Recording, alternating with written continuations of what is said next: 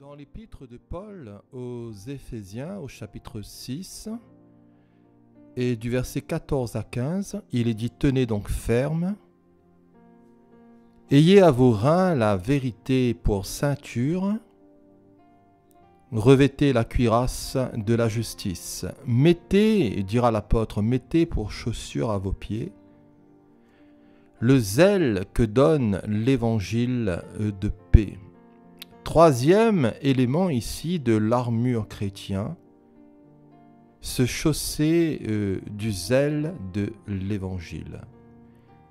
Mettez pour chaussure à vos pieds le zèle que donne l'évangile de paix. Une version nous dit « Chaussez-vous du zèle courageux que donne l'évangile ». La version Semeur nous dit « Ayez pour chaussure à vos pieds la disponibilité à servir la bonne nouvelle de la paix. » Alors s'il nous faut avoir la vérité pour ceinture, s'il nous faut avoir la justice comme cuirasse, il nous faut avoir aussi les chaussures du zèle de l'évangile de paix. L'évangile, c'est l'heureuse nouvelle du royaume de Dieu et de Jésus le Christ, le Messie, fondateur de ce royaume qui est venu en chair, qui a souffert jusqu'à la mort de la croix, pour procurer aux hommes le salut éternel dans le royaume de Dieu, qui est ressuscité des morts, qui est monté au ciel, où il est à la droite de Dieu, jusqu'à ce qu'il revienne en gloire et en majesté. L'évangile, c'est la bonne nouvelle du salut à travers Christ.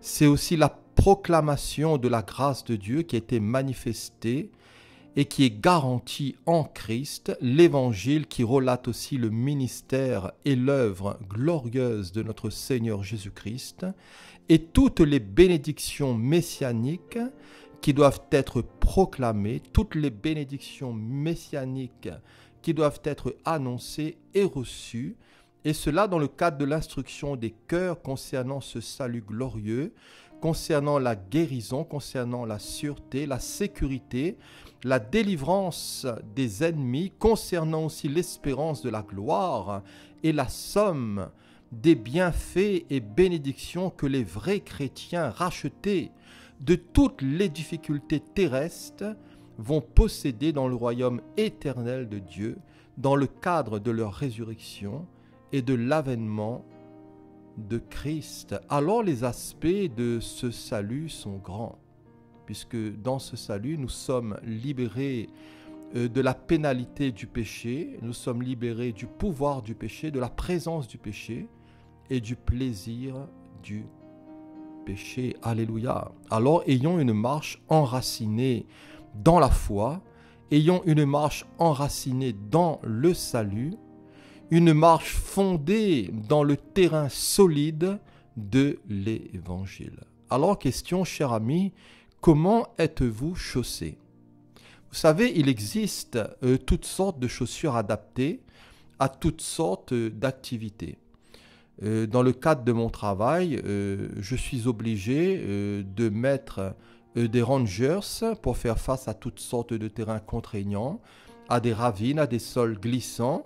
Il y a bien d'autres choses et des chaussures, voyez-vous, il en existe. Il en existe pour le sport, il en existe pour la ville, pour les champs, des chaussures orthopédiques, thérapeutiques, médicales, etc., etc. L'apôtre ici, lui, nous parle d'un autre type de chaussures. Ce sont les chaussures du zèle de l'évangile de paix. Alors, se chausser de zèle. Il est dit qu'ils sont beaux les pieds de ceux qui annoncent la paix, de ceux qui annoncent de bonnes nouvelles. Et dans Romains 10 et au verset 14, il est dit « Comment donc invoqueront-ils celui en qui ils n'ont pas cru? Et comment croiront-ils en celui dont ils n'ont pas entendu parler? Et comment en entendront-ils parler s'il n'y a personne qui prêche ?» Et comment y aura-t-il des prédicateurs s'ils ne sont pas envoyés, selon qu'il est écrit qu'ils sont beaux, les pieds de ceux qui annoncent la paix, de ceux qui annoncent de bonnes nouvelles, mais tous n'ont pas obéi à la bonne nouvelle. Aussi Ésaïe dit-il, Seigneur, qui a cru à notre prédication? Le rôle ici des prédicateurs et des prédicateurs qui sont envoyés, et comment l'invoquer si on n'a pas appris à croire en lui et à lui faire confiance. Et d'où viendrait cette foi si l'on n'a jamais entendu parler de lui, de ce Christ Jésus? Et comment en entendre parler s'il n'y a pas de messager pour proclamer la bonne nouvelle? Alors je ne sais pas pour vous, mais comment sommes-nous venus à l'Évangile? Dans la plupart des cas, je crois que quelqu'un nous a parlé du Seigneur Jésus. En tout cas, d'une manière ou d'une autre. Dans le cadre de la conquête de Canaan, Josué se retrouve à la tête du peuple. L'Éternel dit à Josué, fils de Nun, serviteur de Moïse, « Moïse, mon serviteur, est mort. Maintenant, lève-toi, passe ce Jourdain, toi et tout ce peuple, pour entrer dans le pays que je donne aux enfants d'Israël. Et le Seigneur dira tout lieu que foulera la plante de votre pied, je vous le donne comme je l'ai dit à Moïse. » Vous trouverez cela dans Josué chapitre 1. « Je vous donne, dira le Seigneur, tout endroit où vous poserez vos pieds. » Vous savez, il nous faut prendre possession des promesses de Dieu. Et dans l'obéissance de la foi et dans la soumission à la volonté de Dieu, nous sommes protégés, nous sommes gardés. Et Jésus a même dit, voici, je vous ai donné le pouvoir de marcher sur les serpents et les scorpions et sur toute la puissance de l'ennemi, et rien ne pourra vous nuire. Dieu est source de victoire. Et sa présence, voyez-vous, nous qualifie. À nous de nous fortifier, à nous de chercher sa face, à nous, voyez-vous, de nous tenir près de lui. Et certainement, le Seigneur aplanira toutes choses. Et nous pouvons aussi, voyez-vous, être des conquérants dans la foi. Nous pouvons prendre aussi possession de ce que le Seigneur veut. Nous pourrions aussi, voyez-vous, progresser dans notre marche avec le Seigneur, grandir et aller de victoire en victoire et de progrès en progrès, de gloire en gloire. Se chausser du zèle de l'évangile de paix. Alors pour se chausser, il faut se déchausser. Et à Moïse, le Seigneur lui dira, ôte tes souliers de tes pieds, car le lieu sur lequel tu te tiens est une terre sainte. Ôtez ce qui est à nous. Vous savez, tant que nous n'ôterons pas ce qui est à nous, nous resterons les mêmes. Nos vieilles chaussures. Les chaussures nous parlent de marche. Vous savez, notre marche passée, notre existence d'avant, notre vie ancienne, notre vieille nature, toute cette suffisance, cette vanité, toutes les convoitises de la chair, des yeux, l'orgueil de la vie. Voyez là, il nous faut ôter tout cela. Il nous faut enlever tout cela de nos cœurs. L'Évangile nous offre, voyez-vous, quelque chose de nouveau. Et le Seigneur dira même, voici, je fais toutes choses nouvelles. Et si quelqu'un est en Christ, il est une nouvelle créature, il est une nouvelle création. Le Seigneur dira même, je vous donnerai un cœur nouveau et je mettrai en vous un esprit nouveau. J'ôterai, dit Dieu, j'ôterai de votre corps ce cœur de pierre et je vous donnerai un cœur de chair. Cet évangile nous donne d'entrer dans la vie même de notre Seigneur Jésus-Christ. Et par la foi et par l'action du Saint-Esprit, nous nous reconnaissons premièrement pécheurs.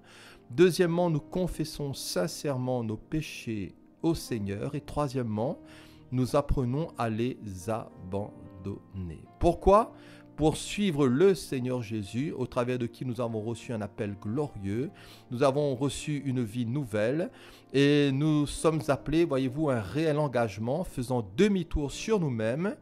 Nous nous convertissons au Seigneur Jésus et nous nous faisons baptiser pour le pardon de nos péchés. Dans un baptême biblique, un baptême adulte, au nom du Père, du Fils et du Saint-Esprit, c'est un baptême de repentance.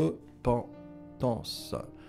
Alors, par notre foi dans l'Évangile, nous entrons dans le royaume de Dieu, puis dans le royaume des cieux comme disciples de Jésus-Christ, et cela dans un désir toujours plus grand de mieux le connaître, de mieux l'aimer, de mieux le servir et de mieux le suivre. L'Évangile nous offre aussi une vision, et c'est celle de la rédemption et de la sanctification. Alors ne perdons jamais de vue ce si grand salut.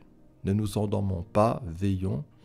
Veillons, prions, soyons vigilants à l'esprit de ce monde, à tout ce qui pourrait rentrer dans nos cœurs, dans nos têtes, dans nos pensées, dans nos cœurs, dans nos sentiments, dans nos affections. Venons toujours au pied de la croix, souvenons-nous toujours de l'œuvre de la croix, de la mort de notre Seigneur Jésus-Christ et de sa résurrection, parce que c'est là, voyez-vous, que le Seigneur a tout accompli, et c'est là que le Seigneur nous communique aussi, voyez-vous, toutes choses par la foi. L'Évangile nous offre aussi un modèle, et ce modèle, c'est le Seigneur Jésus lui-même. Jésus est un modèle de zèle, et dans Jean chapitre 2, après que Jésus eut purifié le temple, il est dit que le zèle de ta maison me dévore. La version Semeur nous dit « L'amour que j'ai pour ta maison, ô Dieu, est en moi un feu qui me consume. » La maison, c'est oikos. Ça signifie un logis, toute construction, c'est la maison de Dieu, le tabernacle. Cela signifie aussi la famille de Dieu, l'Église. Et l'Épître aux Hébreux nous dit que sa maison, c'est nous, pourvu que nous retenions jusqu'à la fin la ferme confiance et l'espérance dont nous nous glorifions. Le zèle de Jésus, c'est le zèle de Dieu. Et Dieu veut purifier nos maisons, Dieu veut purifier nos cœurs, il veut enlever, voyez-vous, toute espèce de mauvaise habitude, de rancœur, de rancune, de mauvais sentiments, des sentiments peut-être impurs que l'œil ne voit pas, mais le Seigneur a le pouvoir d'aller au plus profond de nous, il nous sonde, il nous connaît, il vient au plus profond de notre être, et il a le pouvoir, voyez-vous, de nous nettoyer, de nous laver par son précieux sang, par la foi dans le nom de Jésus, et le Seigneur chérit l'Esprit aussi qu'il a fait habiter en nous. Alors Jésus est un modèle, il est ce modèle de zèle, modèle d'ardeur dans l'amour de la justice et de la haine de l'iniquité. Voilà, il a aimé la justice et il a haï l'iniquité. Alors le zèle, quelle est la température de notre cœur? De quelle ardeur sommes-nous animés? De quel état d'esprit, de quelle ferveur d'esprit sommes-nous alimentés? Quelle est notre indignation aussi face au péché? Et quelle est notre indignation face au mal? L'Épître aux Romains nous dit « Ayez du zèle et non de la paresse. Soyez fervents d'esprit, servez le Seigneur. » Dans Acte 25, il dit qu'Apollos était un homme éloquent et versé dans les Écritures. Il vint à Éphèse, il était instruit dans la voie du Seigneur et il était aussi fervent d'esprit. Il annonçait, il enseignait avec exactitude ce qui concerne Jésus, bien qu'il ne connût que le baptême de Jean. Vous savez, il existe différents types de zèle. Paul, avant sa conversion, était animé d'un zèle persécuteur et persécuteur de l'Église. Vous trouverez cela dans Philippiens 3, verset 6. Après sa conversion, dans le vœu de son cœur et dans sa prière à Dieu pour les Israélites, pour les siens qu'il aimait, le désir de l'apôtre, c'était qu'ils soient sauvés. Et il dira dans Romains 10, verset 2, « Je leur rends le témoignage qu'ils ont du zèle. » Voyez-vous, ces Israélites, ils ont du zèle pour Dieu, mais sans intelligence. Ne connaissant pas la justice de Dieu et cherchant à établir leur propre justice, ils ne se sont pas soumis à la justice de Dieu. À ces Juifs, Paul leur dira qu'ils ont du zèle pour Dieu, mais il leur manque le discernement. Leur zèle n'est pas conforme à la vraie connaissance qui est Christ. Pourquoi? Parce qu'en méconnaissant la manière dont Dieu déclare les hommes justes et en cherchant à être déclarés justes par leurs propres moyens, ils ne se sont pas soumis à Dieu en acceptant le moyen de Dieu par lequel il nous déclare justes, c'est-à-dire par le sang précieux de son Fils Jésus-Christ. Par l'œuvre de la croix, Dieu nous déclare justes par la foi, par la foi dans l'œuvre du Messie au travers de l'œuvre de son Fils. Il n'y a de salut en aucun autre, parce qu'il n'y a sous le ciel aucun autre nom que Dieu nous ait donné, aucun autre nom que Dieu nous ait donné par lequel nous puissions être sauvés. Et ce nom, vous savez, c'est le merveilleux nom de notre Seigneur Jésus-Christ. Alors, combien qui ont du zèle? Combien qui ont du zèle peut-être pour leur religion, pour une cause, même pour Dieu, mais ils ignorent la justice de Dieu et ils cherchent à établir la leur. Au travers, par exemple, du légalisme, au travers, par exemple, des œuvres, au travers même de leur propre justice, de leur propre piété, au travers de l'observation de quelques lois, et tout cela démontre un zèle, oui, mais un zèle sans intelligence, qui n'est pas conforme à la vraie connaissance, qui est Christ, notre justice. L'apôtre Paul dira que mon but est de connaître Christ et d'oublier tout ce qui est en arrière, de le connaître lui, la puissance de sa résurrection, la communion de ses souffrances. Et voyez-vous, il avait tout abandonné, toute sa propre justice, celle provenant de la loi, pour celle de Christ. Le zèle, il en existe un autre dans la parole. C'est le zèle amer. Après avoir exposé le problème de l'usage de la langue, l'apôtre Jacques dira dans son chapitre 3, et au chapitre 3 et au verset 13, il dira « Lequel d'entre vous est sage et intelligent, alors qu'il montre ses œuvres par une bonne conduite, avec la douceur de la sagesse. Mais, dira-t-il, si vous avez dans votre cœur un zèle amer et un esprit de dispute, ne vous glorifiez pas et ne mentez pas contre la vérité.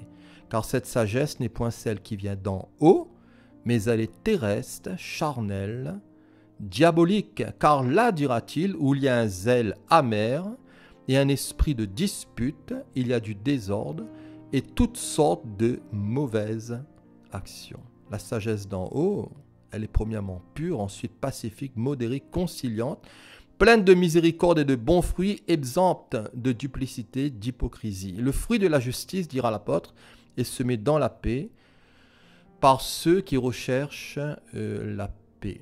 Alors Jacques nous dit ici, y a-t-il quelqu'un de sage et d'expérimenté? Qu'il en donne la preuve. Qu'il en donne la preuve comment? Tout simplement par sa bonne conduite, c'est-à-dire par un bon état de cœur, par une bonne mentalité, par un bon état d'esprit. Mais, dira l'apôtre, si votre cœur est plein d'amère jalousie, si vous êtes animé d'un esprit querelleur, alors ne mentez pas. Pas besoin de vous vanter, ne faites pas les fiers et ne mentez pas contre le Seigneur et contre la vérité. En déshonorant la vérité de l'Évangile, votre témoignage sera faussé. Voilà. Parce que Dieu, voyez-vous, n'est pas dans l'amertume, Dieu n'est pas dans la rancune, Dieu n'est pas dans la dispute, mais dans la querelle, dans, voyez-vous, toute espèce de jalousie amère. Mais le Seigneur, voyez-vous, il est dans la sagesse, il est dans l'intelligence, il est dans le bon sens, il est dans l'amour, il est dans la justice, il est dans la paix. Et voyez-vous, c'est toute la vie de l'esprit dont nous avons besoin aussi, de nous en revêtir les uns les autres. Se chausser du zèle de l'Évangile. Se chausser du zèle de l'Évangile de paix. Alors, pour terminer, un cœur en paix. Un cœur en paix. Cher ami, je ne sais pas quel est l'état de ton cœur. Est-ce que tu es troublé? Est-ce que tu vis dans l'angoisse, dans l'anxiété? Est-ce que tu vis loin du Seigneur? Ou peut-être que tu es avec le Seigneur, mais ton cœur n'est pas tranquille parce que tu es là peut-être bouleversé par un problème. Tu es bouleversé par une situation où tu n'arrives pas à t'en défaire. Tu as des questions dans ta tête, dans ton cœur où tu n'as pas de réponse. Donc tout cela t'angoisse, tout cela te gêne. Alors viens au pied du Seigneur. En Dieu est la paix. Tu retrouveras la paix avec toi-même et aussi avec les autres parce que Dieu, c'est un Dieu de paix. Confie-toi en lui de tout ton cœur. Ne t'appuie pas sur ta sagesse. Reconnais-le dans toutes tes voies et le Seigneur aplanira tes sentiers. La paix. Vous savez, la paix ne peut venir et ne peut subsister que par le prince de la paix. Et quand nous regardons dans notre monde, Notre monde, voyez-vous, plie sous son péché comme une vieille cabane. Les nations, voyez-vous, dans des nations, nous entendons la guerre, des bruits de guerre. Et nous voyons vraiment que les choses en cette année 2024, voyez-vous, vont prendre encore certainement de l'ampleur, vont s'accélérer à l'échelle européenne, mais aussi à l'échelle mondiale, où nous allons voir, voyez-vous, ce conflit en Ukraine aussi là devenir de plus en plus difficile pour les nations à réguler, à gérer. Il va y avoir différentes élections et le monde, voyez-vous, est en ébullition. Le monde, voyez-vous, a bien besoin du prince de la paix, de se tourner vers ce sauveur merveilleux qui lui, bien sûr, apportera un grand renouvellement au travers de ces 1000 ans de paix, puisque le Seigneur établira son règne terrestre. La paix, voilà, ne peut venir et ne peut subsister que par le prince de la paix. Voilà, la Bible nous parle de 1000 ans de paix, d'un grand renouvellement au travers de notre Seigneur Jésus-Christ qui viendra faire toutes choses nouvelles et qui apportera l'équilibre, l'harmonie utile, voyez-vous, à ce monde bouleversé. Et ce monde sans le Seigneur Jésus ne connaît pas la paix. Mais Jésus dira, pour vous, je vous laisse la paix, je vous donne ma paix, que votre cœur ne se trouble point, croyez en Dieu et croyez en moi, alors qu'il devait partir, aller à la croix, et il devait mourir, ressusciter. Il dira à ses disciples, mais je vous laisse la paix, je vous donne ma paix, je vous enverrai même le consolateur, que votre cœur ne soit pas dans la crainte, ne soyez pas dans l'angoisse, ne vivez pas dans l'absence de foi, mais ayez confiance en Dieu, croyez en Dieu et croyez en moi. Quand on croit en Dieu, on croit en Jésus. Voilà. Personne ne peut dire croyez en Dieu et croyez aussi en moi. Pourquoi? Parce que nous sommes de nature pécheresse et personne, voyez-vous, n'a le pouvoir et l'autorité de dire cela. Croyez en Dieu et croyez en moi. Mais Jésus a pu le dire parce que lui et le Père ne forment qu'un. Alors pour conclure, pour terminer, chaussons-nous du zèle.